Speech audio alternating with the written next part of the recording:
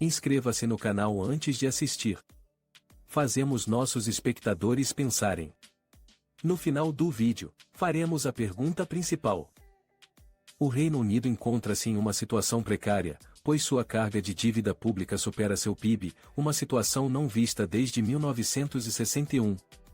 O endividamento do país aumentou mais de 40%, chegando a quase 2,6 trilhões de libras esterlinas desde o início da pandemia, apresentando uma consequência preocupante de seus hábitos de gastos passados.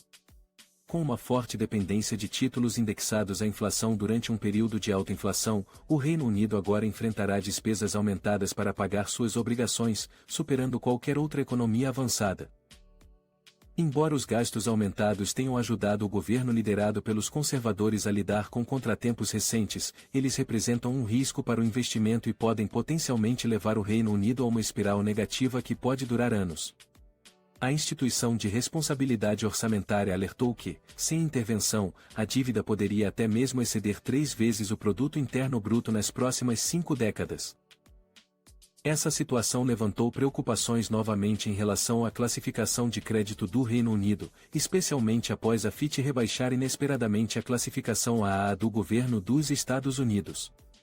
Um rebaixamento semelhante para o Reino Unido minaria os esforços do primeiro-ministro Rishi Sunak para reconstruir a credibilidade fiscal do país, após a promessa de sua antecessora, Liz Truss, de grandes cortes de impostos não financiados, que desencadearam uma significativa crise no mercado de títulos há um ano. A pressão sobre o Reino Unido é ainda agravada pela venda de títulos devido às agressivas altas nas taxas de juros do Banco da Inglaterra, com o objetivo de conter a inflação. Como resultado, o rendimento do título de 10 anos atingiu seu nível mais alto desde 2008. Isso impactou significativamente o desempenho do mercado de títulos do Reino Unido, tornando-o um dos piores entre as economias desenvolvidas este ano. Tanto Sunak quanto seu principal rival, o líder trabalhista Keir Starmer, enfrentam opções limitadas. O crescimento econômico é projetado para permanecer estagnado, o Serviço Nacional de Saúde está enfrentando uma pressão significativa e a carga tributária já está em seu nível mais alto em 70 anos. Essa situação desafiadora não oferece uma saída fácil, já que a situação fiscal continua a pesar na classificação de crédito do país. As 3 principais agências de classificação de crédito devem atualizar suas avaliações do Reino Unido nos próximos meses, com a Moody's e a S&P Global Ratings fazendo seus anúncios em 20 de outubro, seguidos pela Fitch em 1º de dezembro. O recente rebaixamento dos Estados Unidos serve como um lembrete de que preocupações relacionadas a gastos deficitários e sustentabilidade da dívida podem surgir repentinamente e gerar ainda mais preocupações. Ao contrário dos Estados Unidos, a classificação de crédito do Reino Unido não é imaculada. A Moody's e a Fitch já retiraram a classificação mais alta do país há uma década, seguida pela S&P após o referendo do Brexit em junho de 2016. No entanto, o Reino Unido ainda mantém uma classificação de investimento com as 3 agências. Sunak se comprometeu a reduzir o fardo da dívida do país como uma de suas principais promessas, apesar das constantes demandas por cortes de impostos e aumentos de gastos para reativar a estagnada economia. O chanceler do Tesouro, Jeremy Hunt, terá a oportunidade de abordar a questão na declaração orçamentária de outono, esperada para novembro.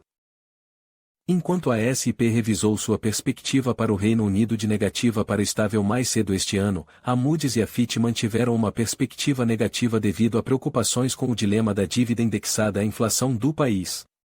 O risco de um novo rebaixamento permanece incerto, mas os investidores sugerem que o impacto nos ativos do Reino Unido pode ser mais grave do que o experimentado pelos Estados Unidos e seus títulos, considerados portos seguros tradicionais.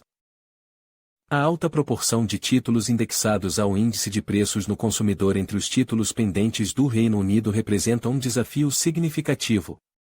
Esses títulos foram introduzidos pela primeira vez na década de 1980, durante a administração da primeira-ministra Margaret Thatcher, e se acumularam ao longo dos anos de baixa inflação. Agora, representam 1/4 dos títulos pendentes do Reino Unido, o dobro da fatia da Itália, o segundo maior emissor entre as economias avançadas. O Reino Unido agora enfrenta uma conta de juros da dívida que corresponde a 10,4% de suas receitas deste ano, a maior parte entre as economias desenvolvidas. Além disso, espera-se que a dívida se eleve a 105% do PIB até 2025. Embora o impacto da inflação na situação permaneça incerto, os especialistas acreditam que se a inflação se consolidar, o ônus dos títulos indexados ao índice de preços no consumidor nas finanças públicas pode se tornar uma preocupação maior. No entanto, a conversa sobre esse assunto pode diminuir se as pressões inflacionárias diminuírem acentuadamente no próximo ano. A acumulação de dívida no Reino Unido pode ser atribuída a uma série de choques vividos nos últimos 15 anos, incluindo a crise financeira, resgates bancários, a pandemia e, mais recentemente, a invasão da Rússia à Ucrânia. O governo conservador, na tentativa de mitigar esses contratempos, gastou uma quantia substancial, totalizando 376 bilhões de libras esterlinas, para apoiar empresas e famílias durante a pandemia. No entanto, esse gasto, combinado com outros fatores, aprofundou a dívida da nação. Atualmente, os esforços do Banco da Inglaterra para controlar a inflação estão exacerbando a situação, pois taxas de juros mais altas estão agravando as perdas e reduzindo os ativos em títulos adquiridos por meio do afrouxamento quantitativo. As perdas esperadas de mais de 150 bilhões de libras esterlinas na próxima década acabarão recaindo sobre o contribuinte. A iminente possibilidade de uma liderança de 2 dígitos do Partido Trabalhista sobre os conservadores nas pesquisas de opinião adiciona mais pressão ao governo do Reino Unido. Alguns membros do parlamento estão instando Sunak a implementar cortes de impostos antes das próximas eleições. As decisões tomadas nos 2 orçamentos que devem ser anunciados no outono e na primavera desempenharão um papel fundamental na definição da trajetória econômica do país. No entanto, caso o Tesouro proponha alívio substancial no curto prazo, enquanto promete cortes no médio prazo, as agências de classificação de crédito podem ver isso como implausível. O Partido Trabalhista, liderado por Keir Starmer, defende o crescimento econômico como solução para os problemas atuais. No entanto, até mesmo o Partido Trabalhista reconheceu a necessidade de adiar seu plano de investir 140 bilhões de libras esterlinas em indústrias verdes ao longo de 5 anos para revitalizar a economia.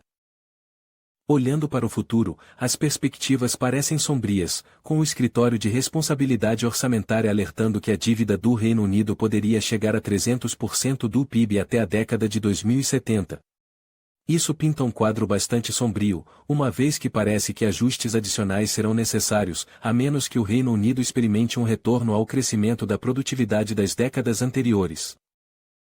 Em conclusão, a crescente dívida pública do Reino Unido representa desafios significativos, pois supera seu PIB pela primeira vez desde 1961. A forte dependência do país em títulos indexados à inflação durante um período de alta inflação agrava ainda mais a situação. As potenciais consequências dessa situação são preocupantes, com implicações negativas para os investimentos e para a economia como um todo. As próximas atualizações das classificações de crédito lançarão luz sobre a gravidade do problema, e as decisões tomadas pelo governo nos próximos orçamentos terão um impacto significativo na trajetória fiscal da nação. Em geral, o Reino Unido deve abordar sua situação fiscal de forma eficaz para evitar uma espiral negativa contínua que poderia afetar o país nos próximos anos. Qual é a sua opinião sobre a situação da dívida do Reino Unido? Deixe-nos saber nos comentários abaixo. E não se esqueça de se inscrever em nosso canal do YouTube e compartilhar este vídeo com outras pessoas nas mídias sociais.